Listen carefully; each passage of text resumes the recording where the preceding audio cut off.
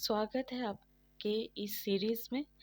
उपासना के बारे में हम जानेंगे आज का दूसरे दिवस में, जिसका विषय है परिचय। प्रत्येक वर्ष 15 से 70 वर्ष तक की उम्र के बहाई धर्म को मानने वाले करोड़ों अनुयायी 19 दिन की आध्यात्मिक यात्रा संपन्न करते हैं, जिसे हम उपवास के नाम से जानते हैं। बहाउल्लाह ने इसे आत्मनियंत्रण का समय कहा है। 2 मार्च से लेकर 20 मार्च या फिर ऑल्टरनेट साल में 1 मार्च से लेकर 19 मार्च तक की अवधि के दौरान सूर्योदय से सूर्यास्त तक खाने पीने से पूरी तरह परहेज रखा जाता है। 19 दिन के उपवास के ठीक पहले 26 फरवरी से 1 मार्च या फिर 25 फरवरी से 28 या 29 फरवरी तक की अवधि को बहाई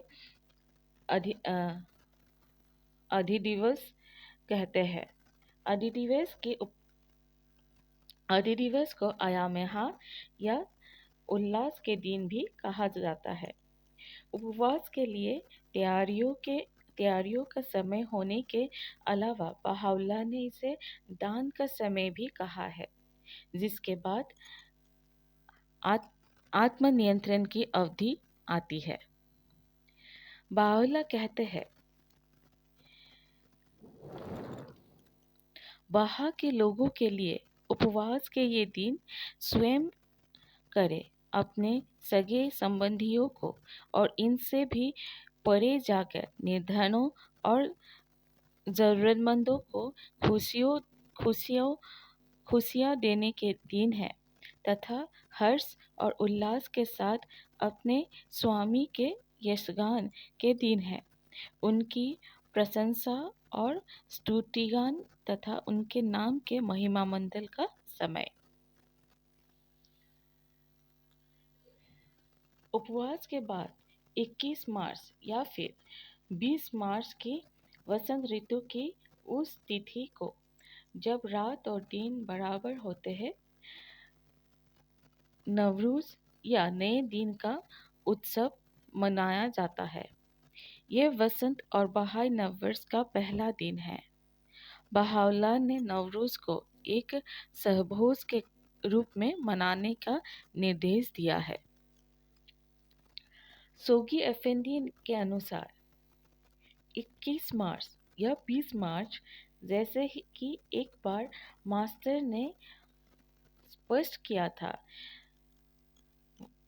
वर्ष का वो समय है जब पूरी दुनिया का मौसम सर्वाधिक सुहावना होता है। इसलिए ये नए वर्ष के आरंभ का उपयुक्त समय है, जो हमारे प्रभु धर्म में उपवास के पावन माह के बाद आता है। बहाउल्लाह ने ये समय चुनकर, जब पूरी दुनिया में रात और दिन सबसे अधिक समान होते हैं, उपवास को भी सरल बना दिया है। उपवास के दौरान दान देने के आध्यात्मिक सुख और सहभोज के संतोष के कारण ये 19 दिन बहाई जीवन शैली में विशिष्ट स्थान रखता है। खाने पीने के लोभ के प्रति आत्मनियंत्रण की बल के अलावा आध्यात्मिक जीवन में भी उपवास की महत्वपूर्ण भूमिका है, जिसका वर्णन बहाउल्लाह ने इन अवतरणों में किया है। उपवास और प्रार्थना मानव जीवन के लिए 2 पंखों के समान है। आशीर्वादित है वो जो इनकी मदद के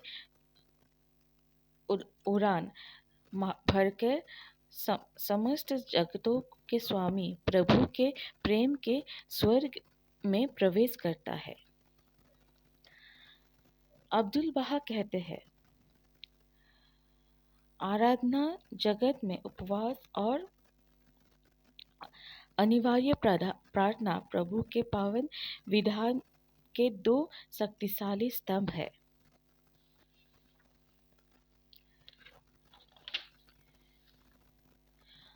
अनिवार्य प्रार्थना और उपवास इस पावन प्रभु धर्म के संवादित महान आदेशों में से है।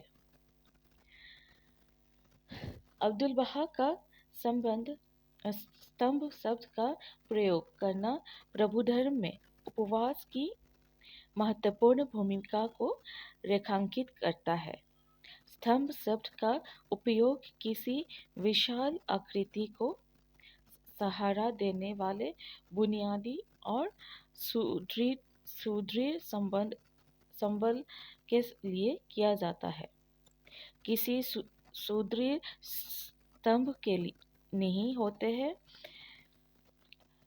नहीं होने से दबाव के समय ढांचे को अस्थिर या ध्वस्त हो जाने की आशंका रहती है। ये आध्यात्मिक स्तंभ हमें स्थिरता प्रदान करते हैं। ये हमारे जीवन में चाहे कठिनाइयों का दौर हो या आसानी का हमारे सुख, संतोष और लगातार आध्यात्मिक विकास की आधारभूमि तैयार करते हैं। आज का चिंतन। पहला, वे कौन सी चीज़ों के उदाहरण आप दे सकते हैं जिन्हें आप अपने जीवन के स्तंभ मानेंगे?